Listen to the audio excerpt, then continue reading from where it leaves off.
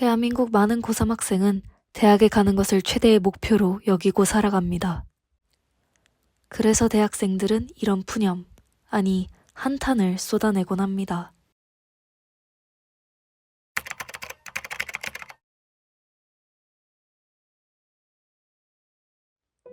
하지만 이와는 대조되게도 우리는 초등학교 때부터 꿈을 가져왔습니다. 자기소개서에도 생활기록부에도 우리의 장래 희망은 계속 기록되어 왔고 그것이 진심이든 아니든 꿈을 갖기를 강요당한 셈입니다. 그 평생 동안 꿈꾼 진로는 어디로 사라진 것일까요? 생각보다 적성이 너무 안 맞고 그래서 앞으로 뭘 해야 할지 좀 막막한 것 같아요. 대학은, 전공 공부는 그 한탄에 답을 제시해 줄 수 없는 것일까요? 진정 대학에서 던져야 할 물음은 무엇일까요? 이 질문을 해결하기 위해 우리는 한 대학교 학생을 찾아가 보았습니다. 서울소재대학교에 다니고 있는 금보인 학생. 혹시 어디 가세요? 저 인문사회관, 무슨 수업 들어가세요? 저 문화 트렌드 기획과 분석이라고 학부 수업 있어서 그거 들어가요. 혹시 배우기 어렵진 않으세요? 약간 경제나 정치나 이런 거 전반적으로 문화적인 트렌드 이런 거 다뤄가지고 용어가 좀 어렵긴 한데 어려워도 좀 하려고 열심히 노력은 하고 있습니다. 강의를 듣고 바쁘게 도서관으로 이동을 하여 과제를 하고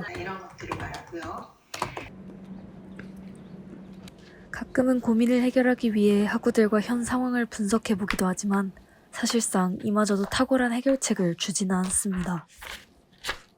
안녕하세요. 지금부터 청년 세대의 분노와 혐오 표현의 탄생 발표를 할 디지털 영상 전공 21학번 금보인입니다. 빈곤, 사회 경제적 불평등과 세대 다른 과에 다니는 학생들도 고민은 매한 가지입니다.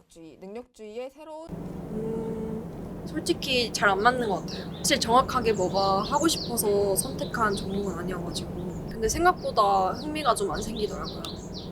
그 휴학하고 인사 서비스 팀에서 일도 해봤는데 생각보다 적성이 너무 안 맞고 그래서 앞으로 뭘 해야 할지 좀 막막한 것 같아요. 제가 대학에 처음에 왔을 때는 제가 좋아하는 분야로 나아가기 위해서 전공을 택했던 건데 대학을 다니다 보니까 현실이 녹록지 않고 전공과는 다른 대외 활동이나 그런 활동들을 어찌어찌 하고 있기는 한데 이게 맞나도 잘 모르겠고 나중에 어떤 일을 해야 될지 잘 모르겠어요.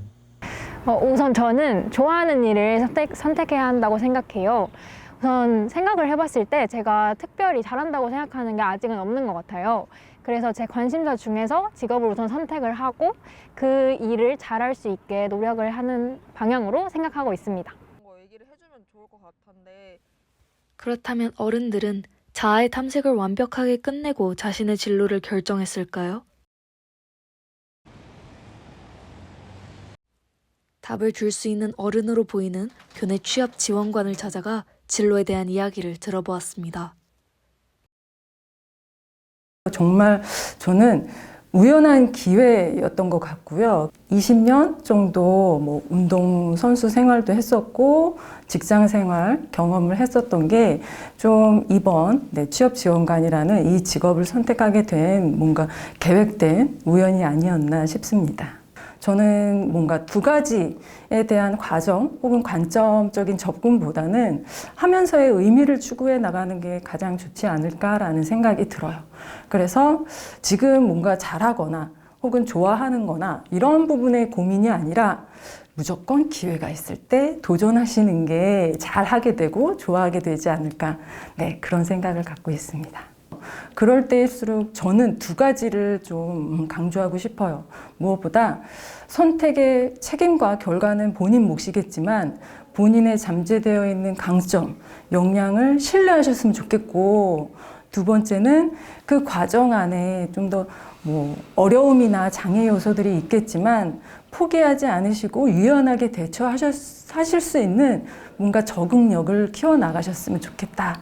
그리고 그 옆에 항상 취업경력개발팀에 저희와 같은 이제 취업지원관이나 직업상담사 분들을 항상 활용을 하셨으면 좋겠다 생각이 듭니다. 예상과는 다르죠. 학생들의 취업을 돕는 취업지원관도 처음부터 진로에 대한 확신이 있었던 것은 아닙니다.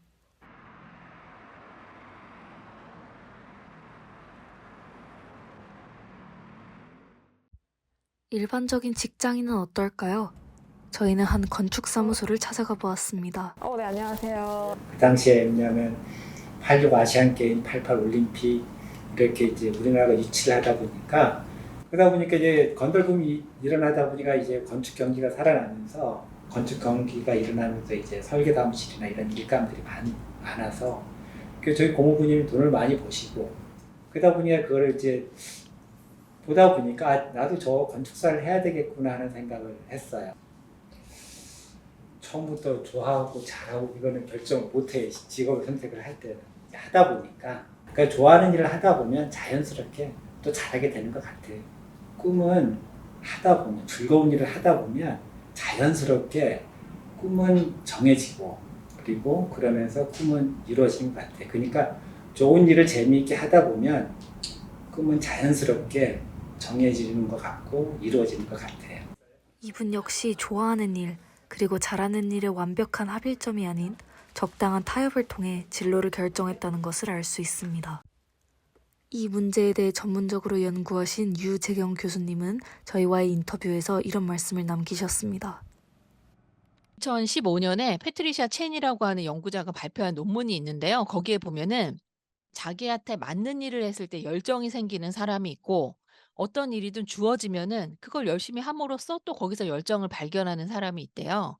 그래서 전자를 적합 이론가라고 얘기하고 후자를 개발 이론가라고 얘기하는데 사람에 따라서 다른 거지 모든 사람들이 자기가 좋아하는 일을 해야지 열정이 생기는 건 아닌 것 같아요. 그래서 일단 여러 가지 경험을 해보시고 내가 좋아하는 일을 할 때 열정이 생기는 사람이다라는 걸 발견하면 좋아하는 일을 열심히 찾는 게 좋아요. 그런데 나는 그냥 어떤 일이 주어졌을 때 열심히 하고 하다 보니까 재미있어. 이런 사람들은 사실 굳이 막 내가 좋아하는 게 뭘까 이런 거를 고민할 필요가 없답니다. 근데 저는 너무 막 좋아하는 일과 뭐 잘하는 일 사이에서 고민하기보다는 일단 여러 가지 경험을 해보고 내가 어떤 사람인지 좀 결론을 내리고 그다음에 그쪽으로 경력 개발이나 취업을 하시는 게 가장 좋지 않나 이런 생각하고 있습니다. 대학생이 되기까지 학생들은 눈앞의 성적을 통해 진로를 결정했습니다. 그것은 학생 본인만의 책임은 아닙니다. 하지만 대학에 와 그 책임은 오롯이 학생에게 지워집니다. 처음으로 사회에 던져져 갈피를 잡지 못합니다. 우리는 방황할 수 있습니다. 성인이 되어서도 진로를 정하지 못했다고 자책할 수도 있습니다. 하지만 그저 흘러가는 인생 속 평생 하나의 질문을 던지는 것만이 그 방황의 해결책일 수 있습니다. 나는 이 일에 만족하는가?